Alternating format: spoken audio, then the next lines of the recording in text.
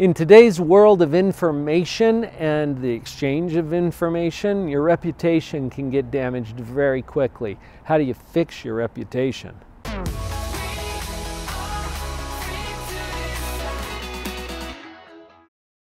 Especially in today's information world, it's really easy to get a reputation that you don't really like. There are things you can do that absolutely work. In fact, I've got 10 of them for you today. Let's frame this up as a top 10, and we'll do a little countdown. Starting with number 10, stop being a jerk. Now, I throw that out there in kind of harsh language. Let's be open to the fact that the way we act sometimes gets us into trouble. And it doesn't mean you are a jerk. It means that you've shown up as a jerk at certain times. Knock it off. That's what's causing the bad reputation to start with. Now, I know that it's not always that way, that there's a lot of really good stuff that you want to come through instead. Unfortunately, people notice the things that we do that are jerkly, and so that's how those reputations get started. Make sure that you're curtailing that kind of behavior if that's what started it and fueled it. Let's move up to number 9. Care about how you impact people. You do have an impact on other people. And I've seen that a lot of times a bad reputation just explodes and takes off if you don't care how other people feel about you. Now, at another level, what other people think about you is none of your business. And I don't want that to drive every aspect of your behavior. It is important to at least care enough to understand that you do have an impact on other people and that you care what that impact is. That's why it's number 9. Let's go up to number 8. Take immediate action. As soon as you realize that your reputation is not what you want it to be, take some action. I think this is especially true in today's online world. And I'm not an expert in all the cyber aspects of your relationship, but there are people who can help you with that. And if you notice that it's hurting you to have this reputation out there that's less than favorable, do something and do it sooner than later. Take immediate action. Number 7. This probably ties into number 1 actually. Apologize appropriately for any misbehavior. If you have messed up, if you have been a jerk at some point, make an appropriate apology. And really, not the kind that my kids used to do when I said, you need to apologize to your brother. I'm sorry, gosh. No. Appropriate, genuine, authentic. Let's get sincere about this. Because if you actually hurt someone, how do you feel about that? That's not good, is it? So be sincere, make an appropriate apology when you know that it would be appropriate to do so. Along with the apology, let's add a number 6 here. Make amends when you can. Sometimes you hurt people in a way that you can't unhurt them, right? If you can make amends, you should. Why? Well, we're talking about your reputation here. What kind of person are you? Are you the kind of person that never makes a mistake? No, and you never will be. So probably you're going to hurt people at some point.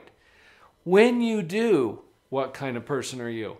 Well, you're the kind of person who makes an appropriate apology and makes amends wherever you can. If you can't make direct amends to the person that you have hurt or wronged, then pick something that allows you to create this new reputation that you are going to do everything you can to make corrections to this. You know, an example of this that I thought of, someone who was a guest on my podcast years ago, his name is Frank Abagnale. Some of you will recognize his name because he was the feature of a movie called Catch Me If You Can. You might remember that the movie is about one of the most notorious con men of our time. It was Frank, but it was him when he was really young. Making amends, Frank has spent the last 35 years, probably more than that, working to apply the knowledge that got him into trouble in the first place to create a better world, a safer world, a world where there is less fraud and deception. And my hat goes off to Frank and to other people who have made the effort to make appropriate amends, even if you can't make them to the person that you hurt, to better our society. Let's go to number 5 on the list. Be patient. It takes a while to change your reputation. Unfortunately, negative things usually grab more traction than positive things when it comes to your reputation. If there have been a few things that have tarnished it a bit, it's going to take a while to work through that in a way that people start to see you differently. And unfortunately, some people are just going to hang on to the negativity. Don't be too tipped over by that, but practice patience so that you don't get unrealistic expectations about, well, by now people should have a different opinion of me. Yeah, they might not yet. So be patient. Moving up to number 4. Be humble and open to feedback and input from others. Humility is where we give up our need to be right about something in exchange for being open. Really, it's about what's right, not who's right. Sometimes we hang on to our pride because we don't want to be proven wrong. I love the way that Catherine Schultz summarized this in her TED Talk on being wrong. She said, "How does it feel to be wrong?" And the input she got from her audience was, "Oh, it's awful, it's terrible, we hate it." She corrected them. "No, you're describing what it feels like to find out that you're wrong. How does it feel to be wrong? It feels just like being right until you find out otherwise."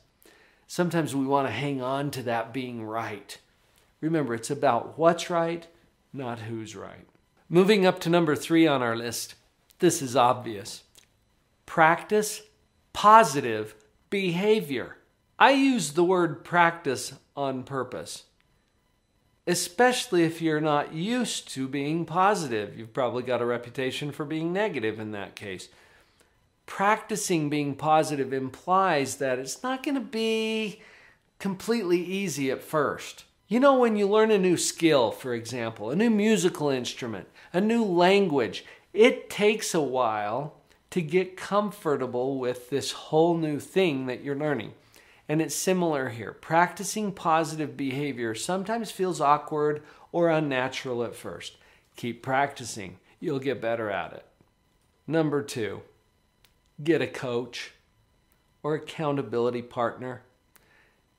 It's hard to do this on your own, partially because everything that you see is within your own mind and within your own skin. It's like you're inside of a box and your whole experience is projected on the inside of this box. It's all you know.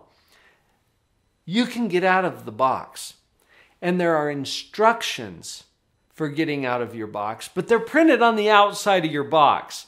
That's why you want a coach or an accountability partner that can help to read the instructions to you and give you loving feedback that will help you to repair and fix this reputation. And finally, coming in at number 1 on our list, be consistent. Continue to persist in doing this. It's the consistency that will finally convince other people to see you differently. It will probably take a little longer than you want it to, but not as long as you fear.